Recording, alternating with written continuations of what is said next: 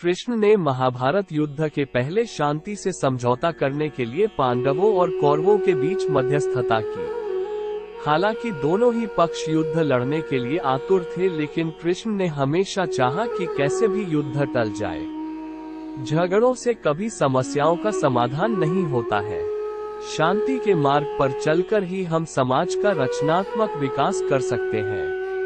कृष्ण ने समाज की शांति से मन की शांति तक दुनिया को ये समझाया कि कोई भी परेशानी तब तक मिट नहीं सकती जब तक वहाँ शांति ना हो। फिर चाहे वो समाज हो या हमारा खुद का मन, शांति से ही सुख मिल सकता। महाभारत में जुए की घटना के बाद पांडवों को वनवास हो गया।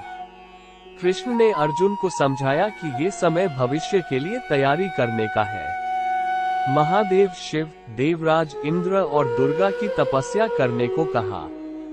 कृष्ण जानते थे कि दुर्योधन को कितना भी समझाया जाए, वो पांडवों को कभी उनका राज्य नहीं लौटाएगा।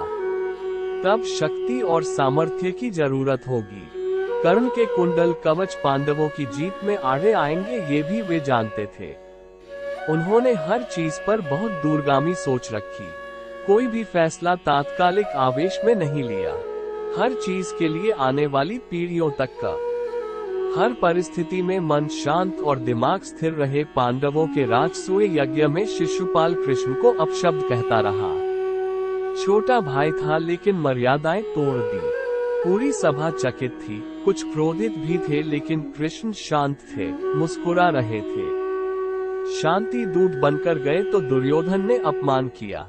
कृष्ण शांत रहे। अगर हमारा दिमाग स्थिर है, मन शांत है, तभी हम कोई सही निर्णय ले पाएंगे।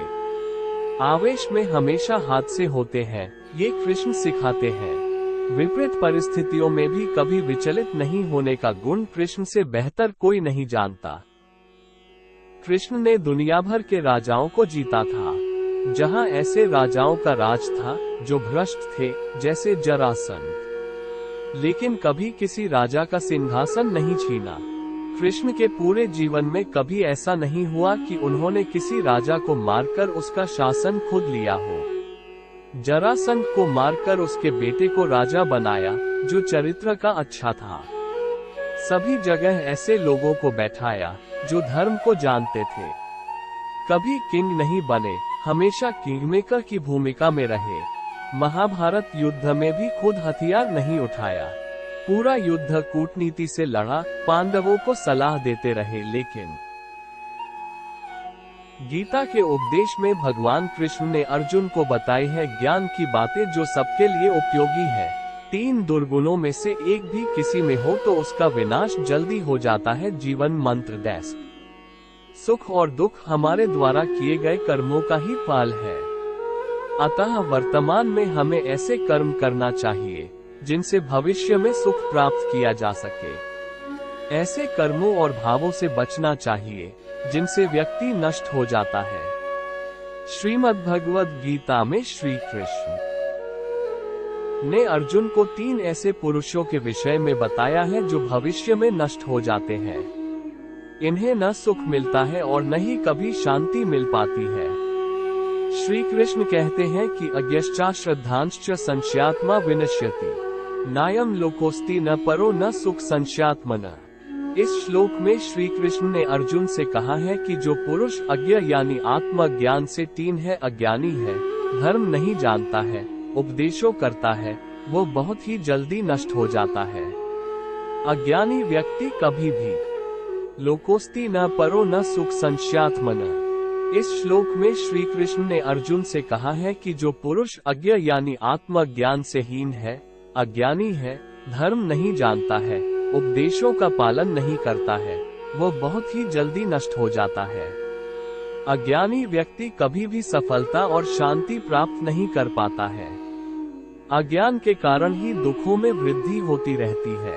अतः हमेशा अज्ञान को दूर करने के प्रयास करते रहना चाहिए। ज्ञान प्राप्त करते रहने से कल्याण हो जाता है। नष्ट होना वाला दूसरा व्यक्ति वो है जो ज्ञान की वृद्धि करने वाले उपायों में श्रद्धा नहीं रखता है। जो व्यक्ति उपदेश देने वाले ज्ञानी लोगों के प्रति हीन भावना रखता है, भगवान के प्रति श्रद्धा नहीं रखता है, वो इंसान बहुत ही जल्दी नष्ट हो सकता है। भगवान की कृपा के बिना व्यक्ति का कल्याण नहीं हो पाता है। ऐसे लोग कभी सुख प्राप्त नहीं कर पाते हैं। यदि हम परमात्मा पर में भी संशय रखते हैं, वे नष्ट हो जाते हैं। संशय करने वाले व्यक्ति का मन कभी भी शांत नहीं रहता है। शंका का कोई समाधान नहीं है। अतः इस भावना से जितनी जल्दी हो सके मुक्ति पा लेनी चाहिए। कोई भी काम एक मन बनाकर शुरू कर देना चाहिए। कर्म करना हमारे वश में है। कर्म के फल के विषय में सोचने या शंका करने से असफलता मिलने की संभावनाएं बढ़ती हैं।